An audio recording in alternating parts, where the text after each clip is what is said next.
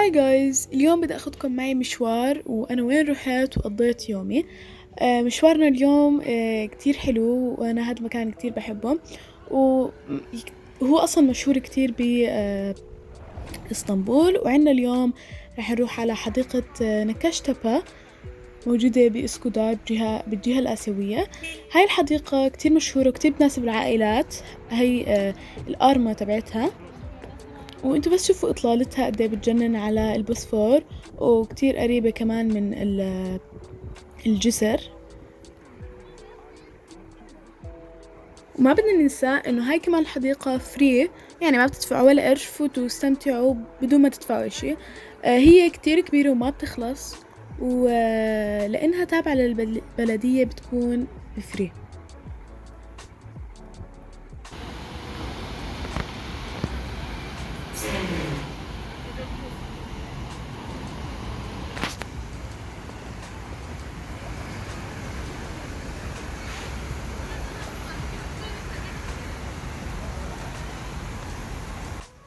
وفي كمان بالحديقة مطعم تابع للبلدية، وكمان في زي كانتين. طبعا هاي الكانتين والمطعم التابع للبلدية، هدول كلهم بيكونوا بأقل التكاليف لأنهم طبعا تابعين للبلدية. وهذا إشي كتير مهم إنه عندهم بكل حدائق تقريبا هاي المطاعم اللي هي بتكون أقل تكلفة.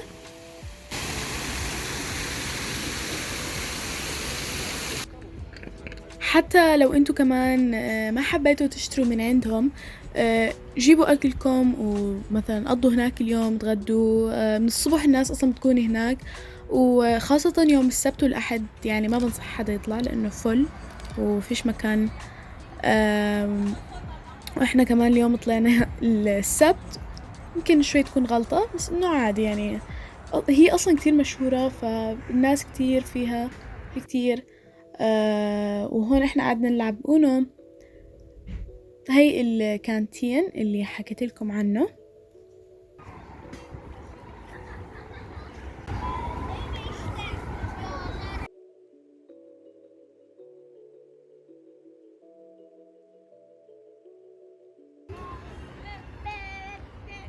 ممكن نقول انه هاي الحديقة فيها كل احتياجات الشخص، لانه بوفروا فيها مطعم، كانتين، حتى فيها مصلى وفيها حمام.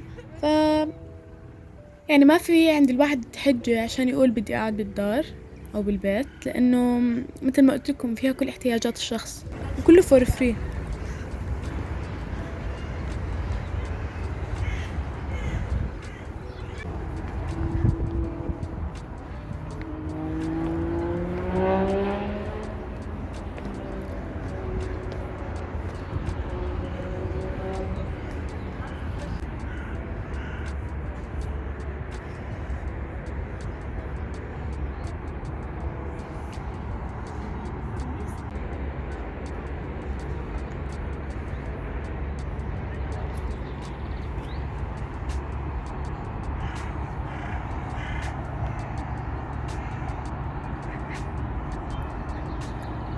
استنى،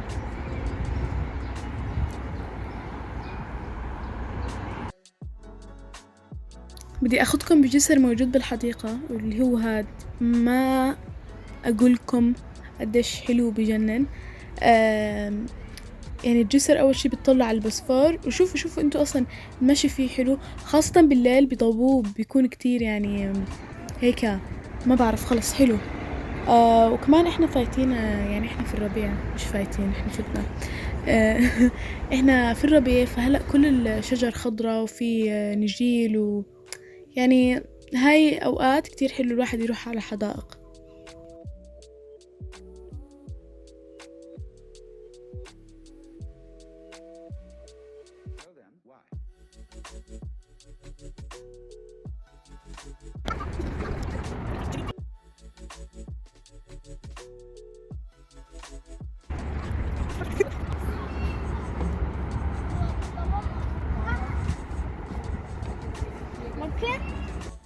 هي الجسر اطلالته بتجنن، والناس هنا بتيجي من الصبح ما بتخلص فوتوشوت وصور مناظر ما بتخلص، وفي كتير أصلا هم موفرين مناطق أو أماكن الواحد يروح يتصور فيها، فإنه مش مخلين إشي إلا موفرينه.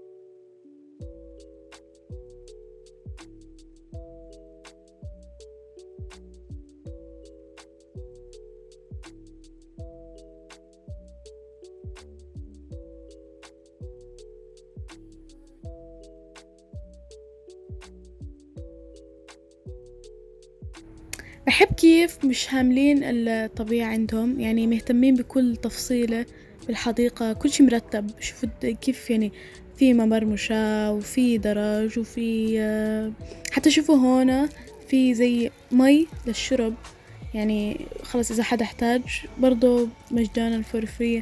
يعني خلص هيك الواحد خلص بيحب يروح يقضي يوم يستريح ويعمل ريلاكس وهيك، وأصلا مكان بجنن. ممكن نقول إن هي غابة قد ما هي الحديقة كبيرة، إنه ما بتخلص. أنا بحكيكم ما خلصتها. وكمان كثير مناسب للعائلات، حتى الكل بيكون جاي مثلا أكله الغدا وبيجي بتغدى هون، بيفطر هون، بيقضي اليوم، وكتير حلو.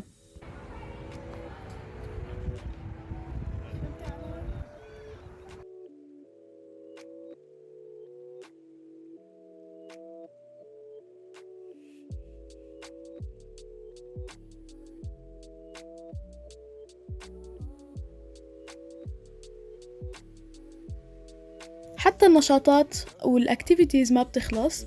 هون في عنا زيب لاين. نكون صريحين يعني مش كل شي فور فري، هاد مو فري، بس انه برضو في اكتيفيتيز يعني بتحسوه مش حديقة خلص هيك يعني. ما بعرف شو ممكن نسميها، بس خلص فيها كل شي. ما بعرف. في مثل ما قلت في عندهم زيب لاين.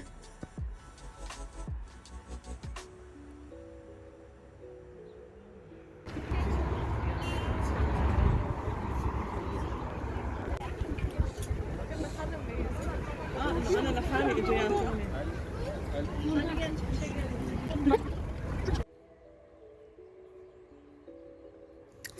في عندهم كمان مضرب تنس. شو مضرب تنس؟ ملعب تنس. طبعا انتوا بدكم تحجزوا من قبل، وعندهم هون كمان هذا النشاط اللي هو ما في تسلق وهي الشغلات. هاي هون موجود. بتاخدوا تيكت وبتفتوها. في حماية وفي كل شي يعني.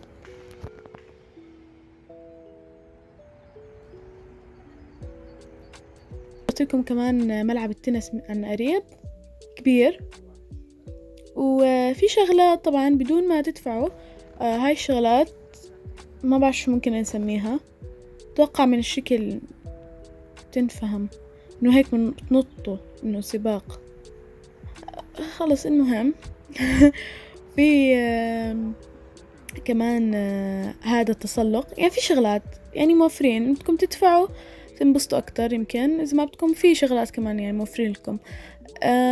طبعا في على كل اللي بتدفعوا تيكت تسلق في طبعا سياج عشان ما حد يفوت بدون يعني ما يدفع، او يكون مدرع او محمي يعني اكتر. يا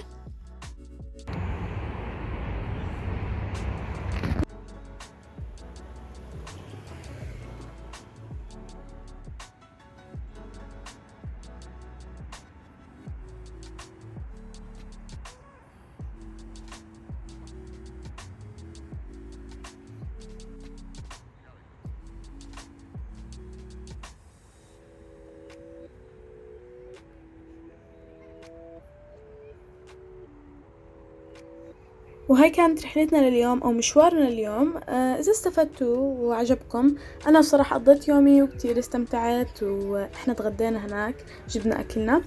فإذا حبيتوا واستفدتوا بدي أطلب منكم تشتركوا بالقناة وتفعلوا الجرس، تعمل لايك، هاي الشغلات كل شي جاية تخليني استمر. اكتبوا لي وين بتحبوا اروح اصور.